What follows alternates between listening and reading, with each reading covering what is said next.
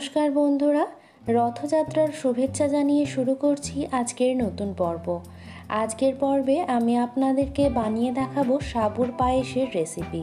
আর এই সাবুর পায়েসটা আপনারা যে কোনো উপোসের দিনে বা একাদশীতেও বানিয়ে নিতে পারেন। চলুন তাহলে শুরু করি।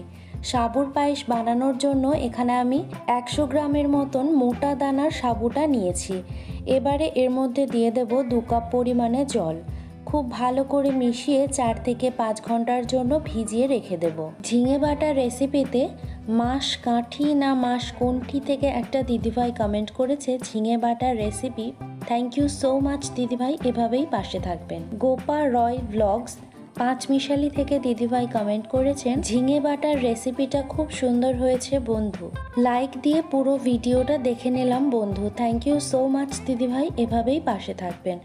এখন 4 থেকে 5 ঘন্টা পর ঢাকনাটা তুলে নিচ্ছি আর দেখতেই পারছেন সাবুদানাগুলো কতটা বড় বড় হয়ে গেছে। এখন জলটাকে একটু ঝরিয়ে নেব, তারপর রান্নাটা শুরু করব।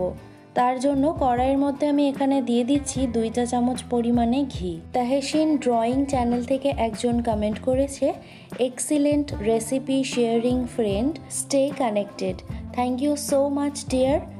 Sure I am staying with your channel and you also staying with our channel. Thank you so much. Stay connected dear friend. ঘিটা খুব ভালো মতো করে গরম করে নেওয়া হয়ে গেছে।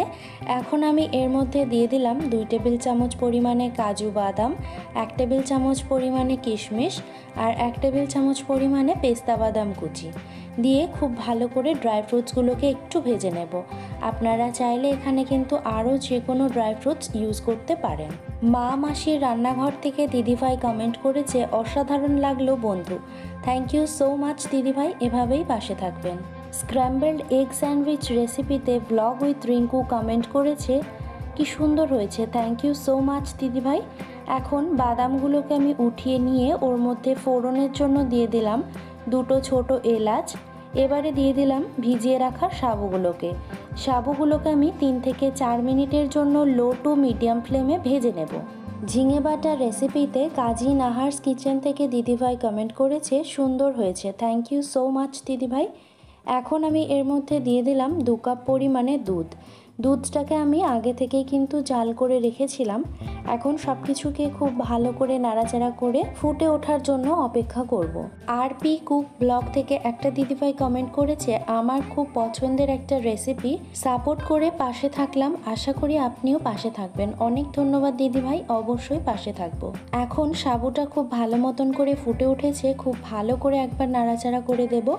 তারপর এর মধ্যে দিয়ে দেব ভেজে রাখা বাদামগুলো, তারপর দিয়ে দেব 1 পিঞ্চের মতন নুন আর দিয়ে দেব 6 টেবিল চামচের মতন চিনি। খুব ভালো করে মিশিয়ে নিয়ে সব কিছুকে কিছুক্ষণের জন্য ফুটিয়ে নেব, এই মিনিট 3-4 মতন। তাহলেই কিন্তু রেডি হয়ে যাবে আমাদের আজকের খুবই সিম্পল একটা রেসিপি সাবুর পায়েস। রেসিপিটা কেমন লাগলো অবশ্যই কিন্তু কমেন্ট করে জানাতে ভুলবেন না। আর আমার চ্যানেলটিকে এখনও পর্যন্ত যারা সাবস্ক্রাইব করেননি প্লিজ চ্যানেলটিকে সাবস্ক্রাইব করে নেওয়ার অনুরোধ রইল। আজ এই পর্যন্তই, পরের দিন আরও একটা নতুন রেসিপির সঙ্গে দেখা হচ্ছে। Thank you.